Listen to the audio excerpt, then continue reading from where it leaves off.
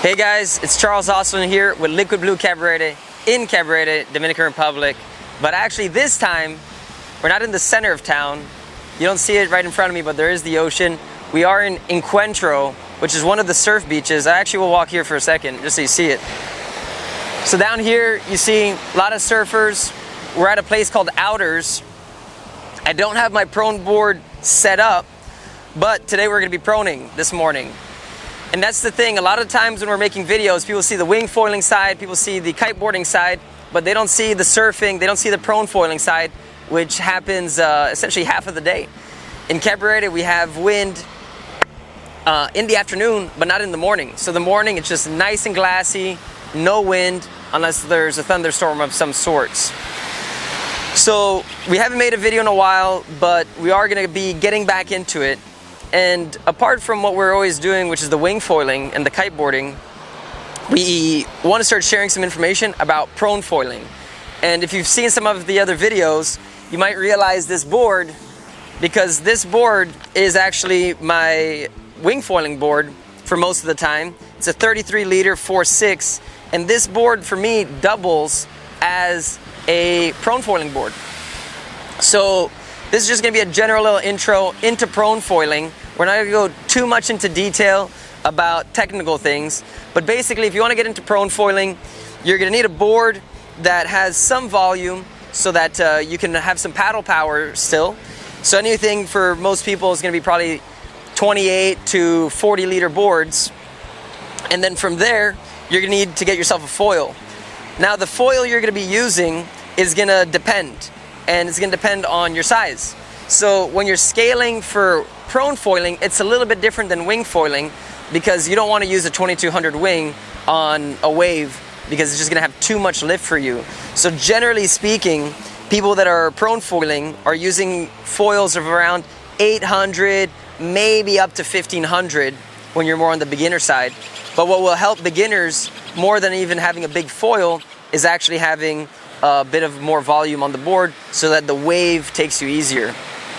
In this video, we're going to be showing a little bit about prone foiling here in our backyard. Essentially, it's called Outers, and you'll see that you don't really need much wave to get going. So here today, I'm going to be riding my the 7 Seas today. It's going to be the 7 Seas 1200 with the, most likely, the carbon mast 85, the 33 liter board, and some accessories you're going to need for when you're going prone foiling. Apart from the board and the foil and the mast, you're going to most likely want to use a leash. There's a lot of days when it's very calm that I'm not using a leash, but having a leash always helps. If you're new to the sport, definitely would consider using a helmet, so that's always useful. In terms of protection for your body, some people use an impact vest, many people do not use an impact vest, but if you're just getting into it and it's not too much padding in the chest where you can still be comfortable when you're paddling, then having an impact could be helpful. Of course, some sunscreen, and then Lycra to protect yourself.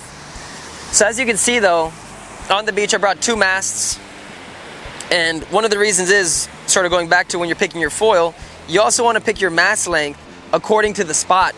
So if you're riding a place that's low tide or shallow, you're going to have to use a shorter mast, because if not, you're going to be touching the bottom.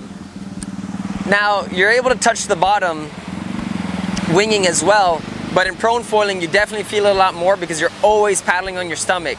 So I'll just walk over here so we sort of see the spot here. But essentially at Outers, for us specifically, we have a little bit of reef in the front. And that means when we're going out, you're gonna see it in the video, we have to come up with our board flipped upside down to make our way out. But then once we're out, it actually gets pretty much deep enough so you can have a 75 or an 85 mast. And this spot's amazing. As you can see, there's some rollers coming out in the back.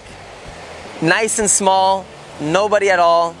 And it's a perfect spot for prone foiling.